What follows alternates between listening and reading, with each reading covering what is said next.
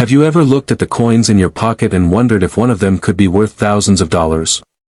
What if I told you that a simple quarter from 1976, something you might think is just 25 cents, could be worth $78,000, $95,000, or even as much as $110,000?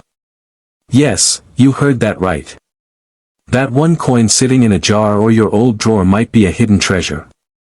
In this video, I'm going to tell you all about the rarest 1976 bicentennial quarters, what makes them so valuable, and how to know if you have one. So keep watching until the end, because you might be holding a small fortune and not even know it.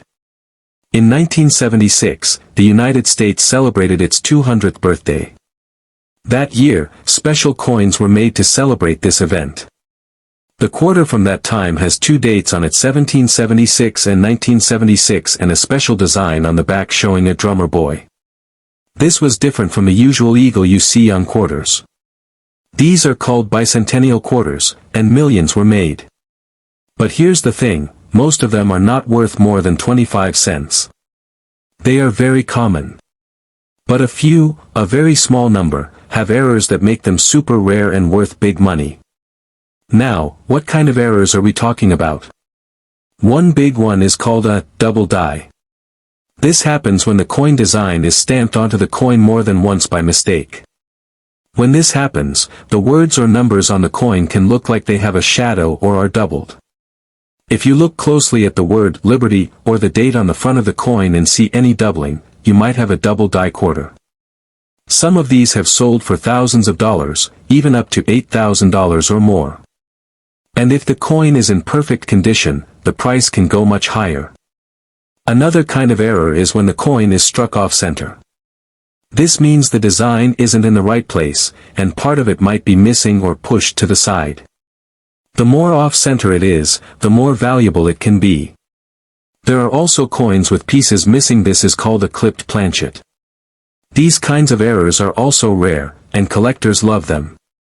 If you find a coin with both of these errors, it could be even more valuable. One of the most interesting and valuable types of errors is when a coin is made using the wrong metal. Most bicentennial quarters are made of copper and nickel. But a few were made on silver or even dime-sized planchets, the wrong kind of coin blank. If a quarter is the wrong weight, that's a big clue. For example, if your coin is much lighter or heavier than a normal quarter, you might have one of these rare errors. Some of these have sold for $6,000, $15,000, or more. Now let's talk about something called the filled D error.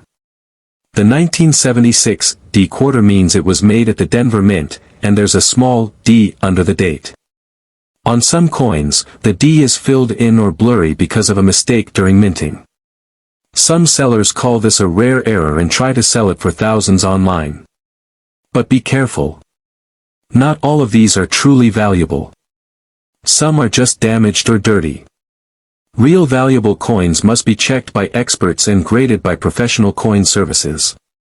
So why do you see some websites or videos claiming that these quarters are worth $78,000, $95,000, or even $110,000? The truth is, most of that is hype. These crazy prices are usually not based on real sales. Sometimes sellers just put up high prices hoping someone will believe it and buy. But the real value of a coin comes from what it actually sells for in auctions. The highest real sale we could find for a bicentennial quarter was around $19,000 for a super rare silver-proof coin in perfect condition. That's a lot of money, but it's still far from $110,000. So while those high numbers sound exciting, they're not common or proven in most cases. But could a 1976 D quarter ever sell for that much? Maybe if it had something never seen before. Like a one-of-a-kind mistake, made of the wrong metal, with perfect condition, and maybe even a backstory like being part of a mint experiment. That kind of coin would be super rare, and yes, collectors might pay big money for it. But for now, we haven't seen that happen yet. So how do you know if your bicentennial quarter is special? First, look at the date. If it says 1776 to 1976 and has a D mint mark under it, it's the Denver version. Then, check the coin closely with a magnifying glass. Look for doubling on the letters or numbers. Look for anything weird like missing parts, off-center design, or the wrong color or size. Also, weigh the coin. A regular quarter should weigh about 5.67 grams. If yours is way off, that could be a sign. If you think your coin might be rare, don't try to sell it right away. First, take it to a professional grading company like PCGS or NGC. They can tell you if the coin is real, what kind of error it has, and give it an official grade. That grade is super important. The higher the grade, the more money it can be worth. Coins in top condition, like mint state 66 or 67, can sell for way more than coins with scratches or wear. Finally, if your coin is graded and confirmed as rare, you can send it to a big coin auction or trusted dealer. That's where the real sales happen.